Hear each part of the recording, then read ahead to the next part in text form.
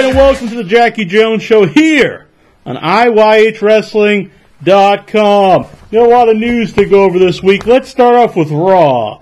Now, the show opened with Intercontinental Champion versus World Champion. That's right, it was Cody Rhodes, the Intercontinental Champion, versus Daniel Bryan, the World Heavyweight Champion. Give me flashbacks, the Ultimate Warrior versus Hulk Hogan. They sold out an arena. It's the match just talked about today was so important, champion versus champion. And in 2011, it's the opening match on Raw. Times have changed, and not for the better. And to help things out, you got Michael Cole on commentary telling us all that Daniel Bryan is actually the most undescript world champion of all time. And people wonder why the fans aren't taking to him. Bizarre show overall, especially the Miz and R-Truth segments. R-Truth has come back now as a babyface, and at one point in time, I actually thought he was smelling the guardrail. But in fact, I learned as I was watching the show, he's actually speaking now to an imaginary little Jimmy. Hey, what can I say? Now, the Bellas earlier were saying that they saw little Jimmy, and I thought maybe they saw R-Truth's little Jimmy, you know what I'm saying? But apparently they saw his imaginary friend. And R-Truth is back to using the water bottle. Now, it's good to use a weapon that you're not going to hurt your opponent with, but at the same time, when a guy is selling a big injury from a water bottle, it takes you out of the realism of the show. I mean, guys are doing all these moves, DDTs, chair shots, and a dangerous water bottle puts them out. Bizarre stuff, what can I say? A lot more brutal, actually, because the water bottle put out Miz. But the very brutal, devastating forearm smashers by Sheamus that looked like they were legit stinging Miz. That was pretty hardcore stuff. They don't seem to take the man out. What can you do? I've noticed two things are keeping Dolph Ziggler from being the man that he should be, because the guy's really come a long way in the ring. Very similar to Kurt Hennig. I don't think he's quite on that level, but he's very good. But two things that Kurt Hennig never did, and that is one, he did not have a squeaky voice. What can I say? Dolph Ziggler has a squeaky promo. It's kind of strange. But the worst part of all, maybe he can't change that, but he could change this. The man does not need to stand on his head. I cannot. Any good the man does in the ring, he'll go out there, he'll have an awesome match, tear the house down. One of the best workers in WWE right now. And he stands on his head. All the good that he has done. Right down the toilet when he stands on his head. Got to get rid of that. Also, very, very obviously scripted promos. Now, that's not his fault. I'm sure they give him these promos written out, and he's supposed to read them, memorize them.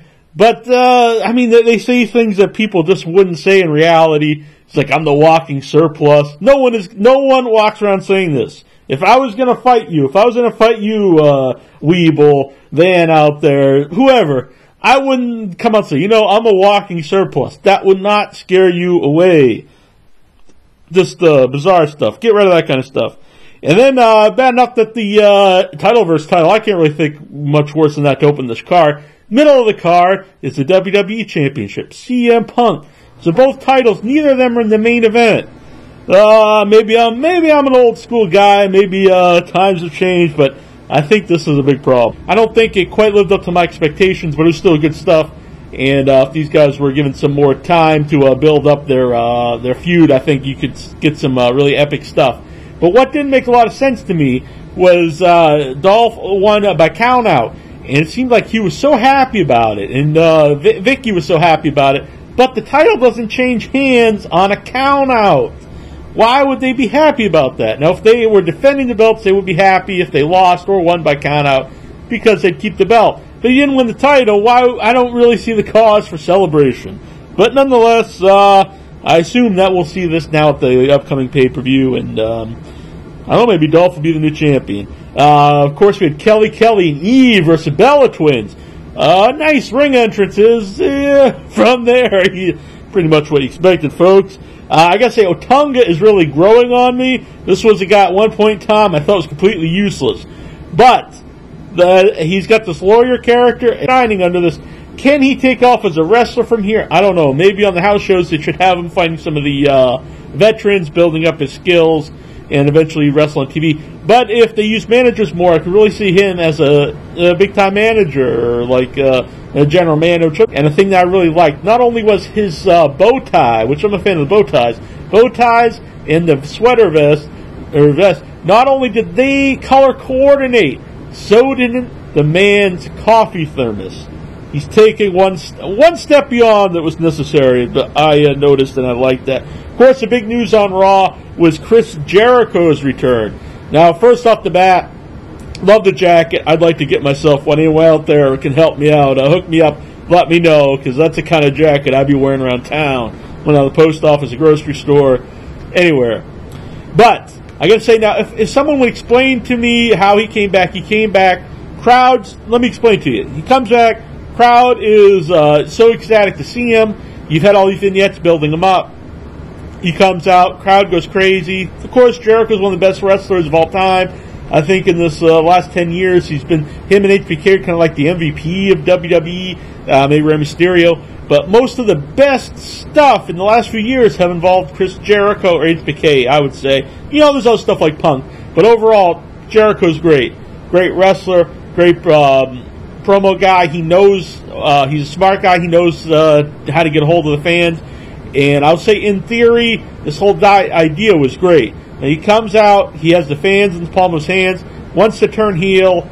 He just walks around almost like a Spinal Tap thing, thinks he's this big star. He's soaking up the energy, just keeps screaming, and eventually people get sick of this, and that they turn on him. Like I said, in theory, sounds great. I'm explaining it. Maybe it sounds fabulous, and I would agree with that. But watching the segment, to me, it just was not a fun segment to sit through. And the people there, it wasn't like, wow, we're loving hating this guy. It's kind of like, man, I don't really want to see this. But I'm not going to totally trash on it, because I think Jericho's a smart guy. He'll see that. Maybe he'll, change it up. Obviously, he won't be doing that every week. I would hope not.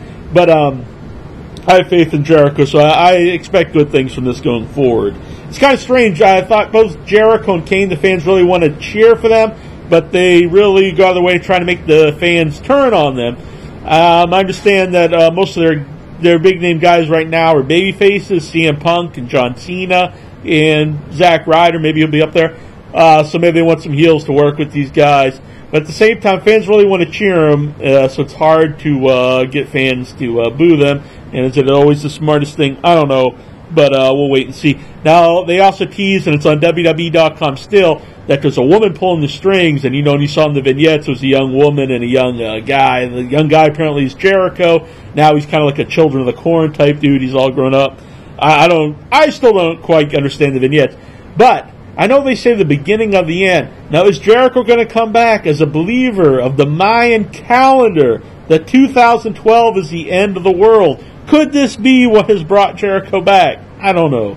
Maybe he just loves John Cusack films, and he loved 2012. But who is the woman? Is it going to be Stephanie McMahon?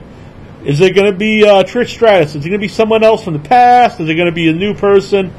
I don't know. I kind of hope they don't bring Stephanie back and put him with Jericho. I thought that was some bad stuff in Jericho's career. He doesn't really need somebody else with him either, especially someone that's going to be taking the spotlight and talking more, because that's one of his biggest strengths. Six-man tag was the main event. It was supposed to be Mark Henry, Jack Swagger, and Kane versus John Cena, Zack Ryder, and The Big Show. Now, Kane did not come out, so it turned into a handicap match. And obviously, I don't think a handicap match where the heels are outnumbered by the faces is a particularly great match, because baby faces should always be the underdogs and barrel, trying to fight back, be heroic, and beat. They're outnumbered, they're outmanned, whatever. But in this way, it was reversed. It was the two heels trying to beat the three baby faces. But it wasn't really about the match, so I'll let that slide. Mark Henry, Big Show got the count out. They were out there. So they were out of the match, and so was Zack Ryder and Cena, and they beat Jack Swagger. And then from there, Kane comes out, and he starts to suffocate John Cena. I kind of like the suffocation spot. Older fans remember Undertaker used to do that back in the day. He used to do it so much of his matches would get pretty boring. He'd just kind of sit there in the suffocation, kind of like the choke, but just his hand over his face. But nonetheless, it's something different. Kane's coming out there suffocating him. I know, not too long ago, Daniel Bryan got in trouble for choking with a tie. But I suppose suffocation is okay as long as you're just using your hand. I don't know. I remember back in the day, actually, a pretty big angle was Terry Funk and Flair. I think it was Terry Funk and Flair. I think so. And he put a bag over Flair's face, and that was a big deal. But nonetheless, then he was trying to drag Zack Ryder through the ring down to the pits of hell. And I'm in the minority here. Most people do not like this. I liked it.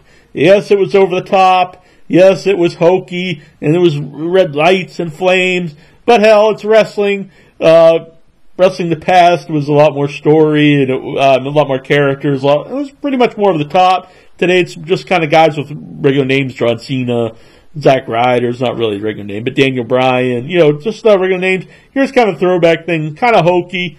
I dug it for what it was.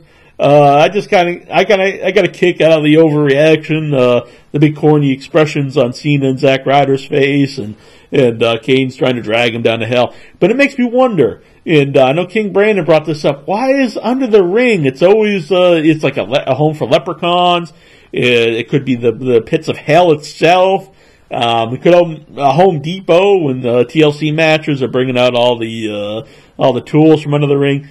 I think it's kind of like a Stargate. It's like, it's a gateway to different realms, different alternate universes. So, what the hell? Maybe they could use it for a time machine someday and bring back, some guys from the past. Who knows? But anyway, bizarre stuff. But you can tell when you're watching Raw this week, there's definitely a different direction the company's going in. A lot of backstage vignettes in front of a Pepsi machine. I don't know if that was a product placement or what, but it was kind of bizarre. But a lot of different stuff going on. I'm going to give it time, see where it goes. I'm interested in it. And hopefully it continues to be different stuff anyway. Hopefully it improves a little bit, because some of the stuff was a little out there, like the mysterious little Jimmy bizarre stuff. But anyway, it was different. I'll say that for Raw. I'm going to go to some Headyverse news, because this week we did not do the show In Your Head over at IYHWrestling.com, because it was 1 Inch Biceps' birthday. So happy birthday, Incher. Hope you had a good time. 31. It's just all downhill from there, buddy. But, you'll be fine. I know he had some cakes and he has steaks. So everybody out there wish the Incher a happy birthday. Also, go over to IYHWrestling.com right now, and you could vote. You can vote in the Buckhouse Stampedes going on right now. Different members of the Headyverse, they get together, they cut promos on each other, cut videos on each other. It's a lot of fun. You should definitely go out there and check it out, become part of the community. It's a lot of fun, and it's good times. So, if you really like the show and you like the interaction with everybody, and you like more of that during the week, not only on Wednesday, join the message board and join the Facebook and interact with anybody. And if you don't want any more, you're like, man, I'm tired of this show. Once this podcast is over, I'm at the door. Don't bother coming. It's self-explanatory. I want to congratulate Chef Carl. He won the Hulk Hogan hat. And the man actually wore it to work. Great member of the Headyverse. He was the talk of the town at work. He was getting big tips. He's a chef. But there were compliments to the chef. This Duck Laurent should taste extra good this week, and I think it inspired in the Hulk Hogan hat. Now to get in the prize, will help support In Your Head. Plug the show any way you can, and let me know about it, and you'll get your name in the hat for future picks from the prize wheel. Our new prizes will be up next week. We actually have we're going to add pens, In Your Head pens, to the prize wheel, and we also have an Amy vs. Joy DVD from Big Vision Entertainment. Pretty sweet. And there'll be more stuff, so definitely check that out. Also follow us on Twitter at IYHWrestling.com. The Headies are coming up, which is where you vote on your favorite callers, favorite people on the message board. Everything involving the fans, like us giving back to the fans. A lot of fun. New production has started on the new Headyverse venture. It's right, the Giant Hunters. And this is going to follow world-renowned cryptozoologist Jackie Jones. That's right. It's my other profession, along with my right-hand man for the Giant Hunters, that is. And that is, he is a giant specialist, a historian on giants, and that is the Flea. And we're actually going to go and we're going to hunt the legendary Giants of Cape Cod. That's right, in the Chamois Coral State Forest. So keep an eye on that. A new web series coming to the site. if you're a fan of the show out there and you do your own video, your own vlog, your own podcast, whatever you do, and you want to hook it up with the Headyverse, I'd like everybody that listens to the show to get involved, and we'll build the community here. So if you got something out there, like El Santo has Entuque Besa, and Spec Son, he does his different commentaries, and he also does Secluded Paradigm, and you want to put right on the site, send me an email, jackisbackbrother@hotmail.com. Or if you do some audio and you want it on the site, go for it. Upcoming shows on In Your Head, we're going to do the Wall of Lame. Other shows do the Wall of Fame or the Hall of Fame, but we're doing the Hall of Lame. And maybe someday we'll actually open the Wall of Lame. But anyway, the Hall of Lame, it's going to be what we consider the lamest stuff of this year. And it'll be going into the Hall of Lame. And also we're going to have George Animal Steel on the show, one of my favorites growing up. Probably everybody listening to the show loved George Animal Steel over the age of 30 or so, I'd say. Maurice will be on the show. That's pretty huge. Urban Wrestling Federation stars. Looks like we'll probably have Ruckus on this week. Maybe Slick Wagner Brown will be on the show. It's going to be good stuff. We'll let everybody know that Nasty Neil and Terrible Troy and hopefully Jittery John will actually be at the Days of the Dead 2 in Atlanta, Georgia, and that's coming up in March. Check out daysofthedead.net. And of course, in August, we'll be in Charlotte for the NWA Legends Fan Fest. And just added to the Fan Fest is Tommy Young, legendary referee, so check that out at NWALegends.com. Alright. I was a new little segment here on the show. Let everybody know about some new merchandise out in the world of wrestling. Alright, so we got the Tony Atlas U-Shoot. That's out from Kayfabe Commentaries. I believe it's called the Face Walkers, Night of the Face Walkers. TNA's got some new stuff out there. They got Let the Pigeons Loose shirt. That's right, they finally put this on a shirt. Gimmicks Tees. Yolanda, she had this idea and put it out a long time ago. TNA's just got on the ball, even though, Velvet Sky's one of the most popular people in the company. Well, anyway, they finally got involved. They put out the Let the Pigeons Loose t-shirt. And I gotta say, not since, back in the day when K-Dog, when he was rowdy, and he's bad about it, have I been so confused about a term. Maybe I'm just not hip. I don't know. But I remember I was watching Conan, and he'd come out, and he'd tell everybody to toss a salad. Now, I had HBO when I was a kid, and I saw those prison documentaries, and I saw Chris Rock stand up, and I knew what toss the salad meant. Then he would say, peel the potato. I had no idea what this meant. I knew it had to be something dirty, but I did not know what it meant. It wasn't until recently with Google that I could find out what peel the potato meant, and why Conan would want Lex Luger, or Disco Inferno, whoever he was facing, Ric Flair, to peel his potato. I don't know, the man's got some issues. But nonetheless, what are the pigeons? Why are they, what does this mean? The pigeons are loose. Am I just so naive that I do not understand it? But nonetheless, I do kind of get a special feeling in the old yam bag when the pigeons are being let loose by Velvet Sky. But anyway, they got this shirt out there. Speaking of Taz, they've got a Taz dog tag, which I know everyone wants. New RVD shirt, and if you look at the picture on there, which right there, even in this photo, it just looks like RVD apparently does not care, and it's almost like he's mocking the shirt, almost just like pretty much like when he's in the ring and mocking TNA with his matches. We got the new ODB BAM shirt. We got a crazy Jeff Hardy t-shirt. They should put out the Hardy helmets. That would be pretty sweet. But on the WWE side, they got the anti-Cena shirts, which I know everyone knows about by now. But it was strange about this is now they market the Rise Above Hate shirt. They got the anti-bully shirts. And then at the same time, they actually put out a shirt that is promoting bullying. It's promoting hatred. So they're actually putting out, they're putting out the opposite of what they're preaching. This bizarre stuff. It's like they're creating the problem and then selling another shirt to attack the problem. But hell, if you don't believe in it rising above the hate, you can buy the hatred shirt too. So it's a win-win situation. The best matches of 2011, DVD and Blu-ray, if you're into that. I mean, I just saw this stuff, so I probably won't buy that. But hey, it's pretty cool they put that out. President Clinton over at IYHWrestling.com brought this to my attention over on the Facebook page, and that is that they should put out some new lawn domes. Now, originally it was John Cena and The Undertaker Lawn Gnome. And now they put out The Rock, Hornswoggle, Triple H, and Steve Austin Lawn Gnomes. Now, why are you bringing this up, Jack? Well, just the fact that they put out 4 more means that they have been selling these. People have actually been buying these WWE Lawn Gnomes. What can I say? Hell, if you send me one, I'll put it right here on the table. Be good stuff. I got some wrestling news here to go over real quick.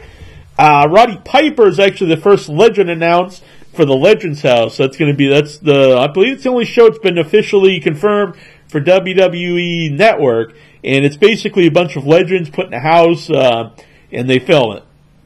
I can't lie. I'm really looking forward to the show. It sounds freaking amazing. Piper's in it. That's awesome. Good enough for me. Hope they get, Mean Gene should be in it because he's in the ad. You would think he'd be in it. I would think Iron Sheik would be a no-brainer for it.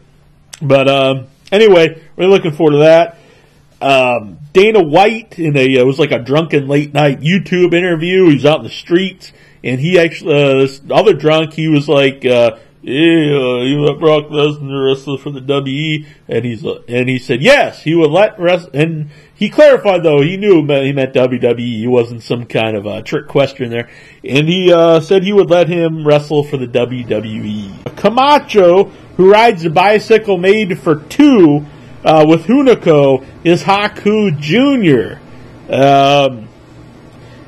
When you see that, do you really think tough guys, 2 grown men riding a bicycle together? Could you imagine Homicide and K-Dog riding down that back in the LAX days? Maybe I could picture the new group there, Mexican American, but wow. Nothing says badass like 2 guys riding a bike together. I mean, the man is the son of Haku. Couldn't they come up with something better than that for the guy? And also, big news here, breaking news, Brodus Clay has not debuted as of yet. Alright, now we got some questions here sent in by the fans of In Your Head. Alright, we got, hey Jack, what exactly is a Nature Boy? I'm familiar with the basic history of Buddy Rogers, Ric Flair, and Buddy Landel, but I still don't know what a Nature Boy is supposed to be. It makes me think of a naked guy running around in the woods or something. With my deepest affection, MC Super Otter. Well, that's interesting, Super Otter. I don't normally think of naked guys running the woods, but to each your own. You know what? I'm not really sure. I know it's an old jazz tune, Nature Boy, and I always thought the old Looney Tunes cartoon was kind of like the basis of the Ric Flair and the Buddy Rogers character, where it was Ravishing Rick who fought the Crusher. And but actually, if you watch that cartoon, it's not the Nature Boy. It's not Ravishing Rick, the Nature Boy. It's actually Ravishing Rick, the denatured boy, because he's actually taken out of nature. And really, if you think about it, the Ric Flair character, the Buddy Rogers character would be like that. They wouldn't. A nature guy would be somebody who's kind of animalistic, you would think. And a rich guy with a bunch of chicks. I guess a guy out in the woods got a bunch of chicks, a Tarzan. But you think of Tarzan, that's what I would think of a Nature Boy. The opposite end would be a rich guy with fancy clothes and rings and champagne and whipping his ankle out on airplanes. And that's what I think of, Ric Flair. Big robes. So, I can't answer your question. It really doesn't make much sense either. Alright. Hey, Jackie Jones. I have a question for you. Who is your favorite cruiserweight wrestler of WCW? And that's from Chad Cooper, the Extreme King. Well, Mr. Extreme King, I answered this a little while ago. My favorite cruiserweight was Juventud Guerrera. Not only was he an awesome wrestler, I dug his personality. I think he should still be on TV right now, but so many of the cruiserweights in WCW were pretty sweet. You had Blitzkrieg, wasn't around too long, but he was awesome. But you had Psychosis, you had Rey Mysterio. Well, I guess I'm answering best favorite luchador, because you also had Chris Jericho. Dean Malenko was really awesome. I love Dean Malenko. Man, I really miss that. I think that was the time when cruiserweights really meant the most. maybe Rey Mysterio might be my favorite. He was awesome, but I really liked all those guys, and I don't think the cruiserweights today, you just kind of see them as the small guys, and we've seen most of those moves, so they're not as special, but back then, Nitro, that was one of the calling cards, definitely. Alright, howdy, my question is, which was a bigger flop, Bret Hart in WCW or Goldberg in the WWE? P.S. I've been listening to the show since 2005. Adam Astley. Well, Adam, both did not turn out well, I will give you that. I'm going to say, now I don't think either one was a hit by any means, but I'm going to say Bret Hart, because Bret Hart was probably the hottest thing going at that time. He left WWE. They had a documentary about him. The screw job, which people still talk about today. I mean, now just think about how big the screw job is right now. They just put out a DVD about it. And then think about it when it actually happened. Like, we got this guy right after the screw job. We could put him on TV. This would be huge. But they didn't. And, everybody knows his history. So I would say Bret Hart was one of the biggest squandered gets of all time. But probably the biggest, actually, is WWE during just getting WCW. I mean, that was a huge flop with the invasion. But, Bret Hart thing could have been huge, but it wasn't. And just look back at it. Look how, I was always a WCW fan over WWE, but you got to look at that and you got to see that WWE really capitalized on it way better than WCW. I mean, look at the McMahon character, how that became this huge villain of the Austin era, the Attitude Era. Would Austin have been Austin without McMahon there? I don't know, but that's what they got out of the screw job, and WCW got a real lame duck run of Bret Hart. So, no comparison, really. Joseph Anthony, but Goldberg was a big flop, too. He could have been a lot bigger in WWE, but they just had to use him right. Let's see. Michael DeVore, he wants to know, do you think this Jericho storyline is going to pan out, or will it fail? I'm going to give it a shot, obviously, but I think Jericho's a smart enough guy that he's going to really get involved in it and make sure that it works. So I'm going to say it's going to pan out and it's going to be good stuff. I'd keep an eye on it. Joseph Anthony, who has the best beard in wrestling at the moment? And of all time, wow. Even though I do not like this guy, I really can't stand him. But he's got jeggings, and he's like 5 feet tall, and he's a lumberjack. But he does have a pretty sweet beard, so I'm going to have to give it to Grizzly Redwood for right now. Of all time, wow. Now, he's mostly known for the mustache, but I got to put him over Hollywood Hogan, having the yellow mustache and the black painted on beard. Very memorable, so I have to put him there. Macho Man had a pretty kick-ass beard, and I think he could have just let that grow and been amazing. Jim Neidhart, very memorable beard, always tugging on the beard, and I think that's what Natalie Neidhart is missing.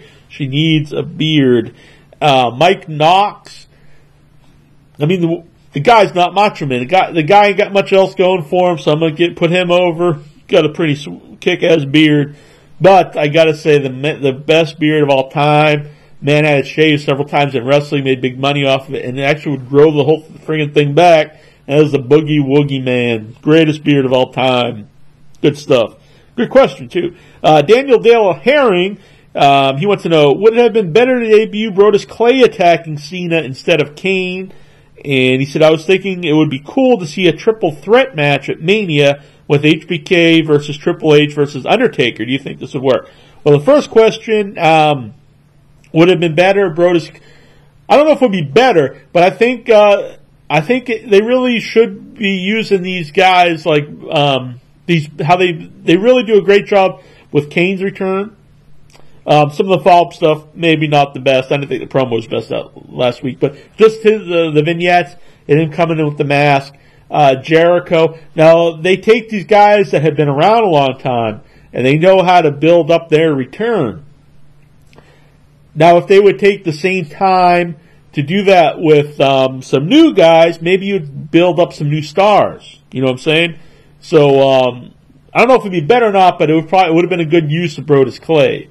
Definitely, to have him come in and kill Cena, and you'd have a star right away working with Cena.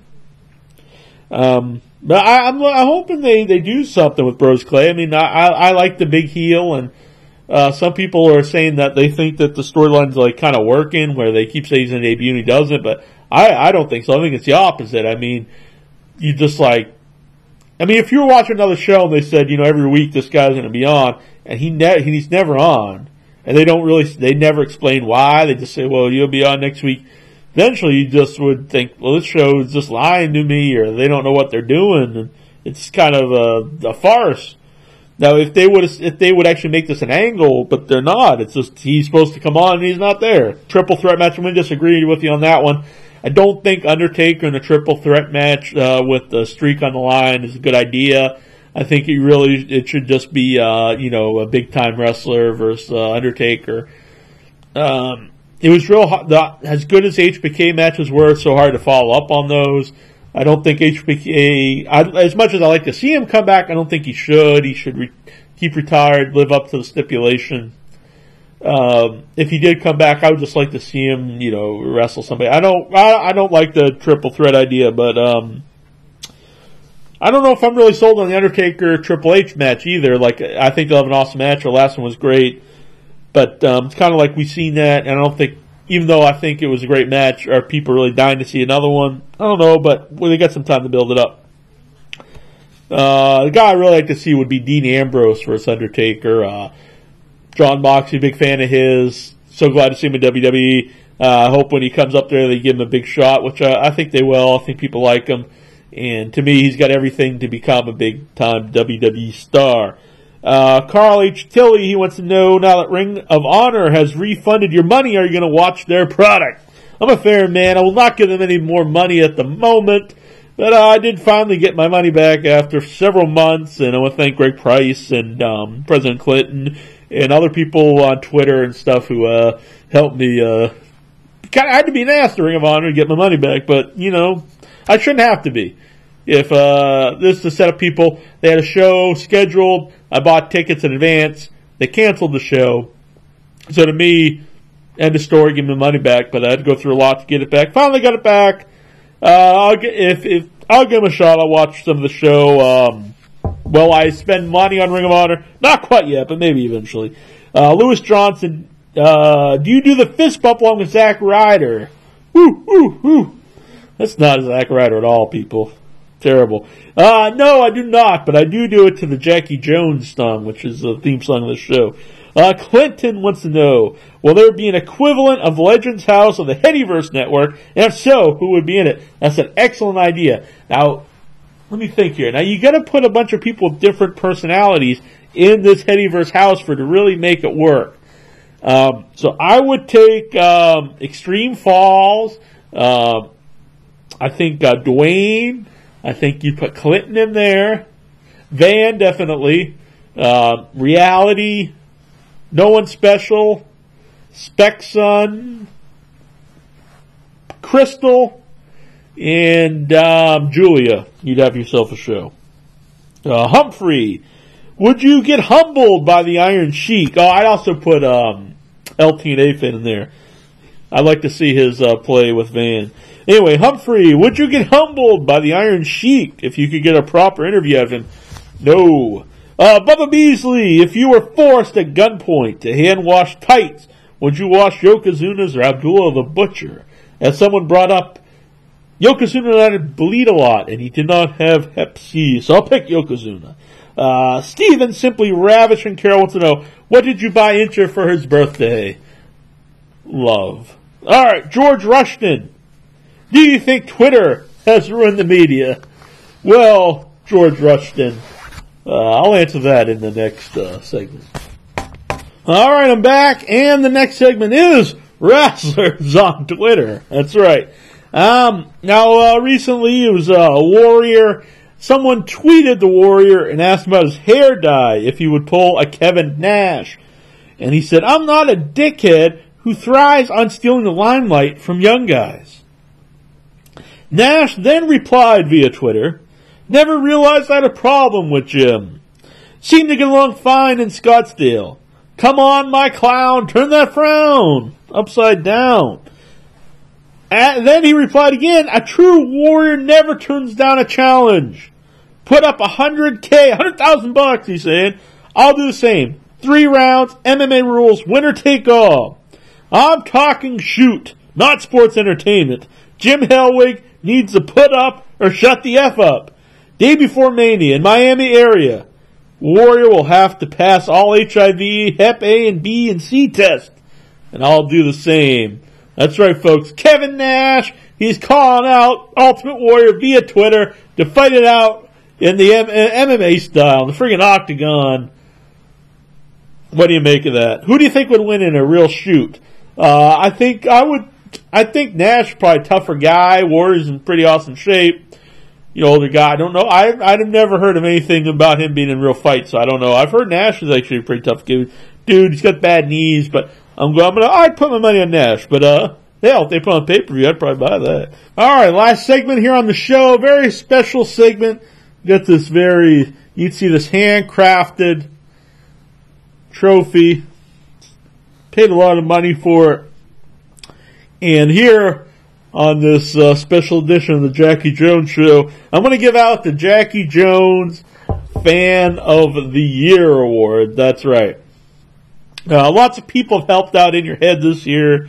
You guys had like Costa the Greek, Crystal in Denver, Britain's little muffin Nikhil. They helped out by doing the recaps. I want to thank them. Bob Collin also did some early on in the year. I want to thank Easy E and Playboy Don Douglas for doing some columns on the website. I know Easy E thinks I hate him, but I don't. But whatever. Chris Levitt and John in Canada. I want to thank them for writing some lyrics to the amazing songs I've done on different shows. I want to thank Mad Loud and Out of Sight for their tunes on the show. I want to thank the Little Melts and Brains for some help. Little Melts on the show. Brains has helped me on some other stuff. Brandon, who runs the Facebook page, good dude. King Brandon, who sat with us at the Roddy Piper stand-up. Not Roddy Piper, I'm sorry, Mick Foley. I want to thank Eric Lee Lewis for the bro jobs, my bud, my bro. Let's see, Mike Besler at P. Pro Wrestling Illustrated the magazine, helping us get in the magazine, good guy. Van from the moderating the chat. Greg Price, Yolanda, Athena Hollow, Mike Jazorka, and Diego Santos for helping out on the prize wheel. I want to thank the president and Spec Son for having fun with us at the Fan Fest. Also Don Douglas, of course. And everybody else in the Headyverse. I know I can't name everybody, but I want to thank everyone who's listened to the show. Everybody comes to the chat room, calls in. Really appreciate everybody, but only one person can win this award. This handcrafted trophy here. Put it up on your mantle. It's going to be good times. And I think he went above and beyond. Now, the man does a lot for the show anyway. He's one of the best callers. He's one of the most beloved fans. He does videos for the show on a regular basis. But last week, the man actually called in while he had major surgery. That's right. He said, "Doc, don't give me too much morphine. Don't put me out too much because I need the phone." The man, he was getting his spleen removed in mid-surgery. He's got the phone. I won't exaggerate, but the man called up actually after he had surgery. True story. After the man had surgery, removed his spleen. In Your Head was so important to him, he called into the show to talk to me, to talk to the intro, to let everybody know in the Headyverse he was okay and how much he missed us, and now he's back at home recuperating. But for that, for the videos you do, Into Cabeza, I don't know what else you do, refrying beans with Santo, you know what I'm saying. I kid the guy all year round, we kid back and forth, but he's a good man. And AAA in English, that's what I was trying to remember. And I've always said, ever since you started calling in, I said I would tell people off the show that when you call, you hear that voice, it makes you want to have a good time, it makes you smile. And for all that, and for calling in while getting surgery, you've won the In Your Head, the Jackie Jones Fan of the Year award. They get name engraved down here. Why it has Kane on it, I don't know, but it fit on here. So, but anyway, you won this amazing trophy, and thank you, El Santo, and get well soon. And that's it for the Jackie Jones Show. I know you're thinking, about freaking time, Jack. But if you enjoyed the show, leave a comment, give it a thumbs up, tell me you want more, leave some questions, give me a voicemail, 508-644-8503, send me an email, jackiesmacbrother@hotmail.com, and listen to In Your Head every Wednesday night, 8:05 p.m. Eastern. And don't forget, people out there, to tell everybody about it, because In Your Head, it exists because people listen to it. And people listen to it because they heard it from other friends. And so if you listen to the show, tell your friends about it. If it's something you think they'd enjoy, tell them. If you don't think they'd enjoy it, tell them they're pieces of shit. That's what I'm saying. But anyway, thank you, and good night. ¿Qué pasa, gringos? This is your old pal, El Santo Loco. Man, let me tell you something. I appreciate this very much. This is a big honor of winning the Jackie Jones Fan of the Year for this Headyverse. I tell you, man, El Santo Loco been having some rough times this past 2011. Turning heel on Jackie Jones from this evil spleen that I had has finally been taken off of my body right before the year 2012. You know, but I tell you, it's all a big thank you to all of the Headyverse, to all the people in this Headyverse that listens to the show, who goes to the forums, the Facebook people, even from the old MySpace. All y'all who listen to the show live in the chat room, in the archives, that enjoy the videos that we make, and enjoy all the other things that goes on, But I tell you, it's going to be a long time coming before this show goes off the air. Because as long as Jackie Jones and one of his biceps, they're going to be rolling with this sucker for a long time. And they're going to have some more fans coming.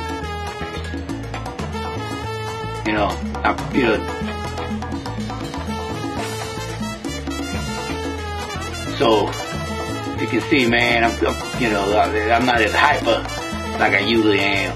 Because, let me show you something crazy. Hold on. Let me show you something. That's it, buddy. Hardcore, man. That's what you call hardcore. Not that I want to, but that's what you call hardcore. Well, chicos, before I go and saying thank you for this honor, viva en tu cabeza, viva in your head. Ha ha, gringos. I'll be back, so look out.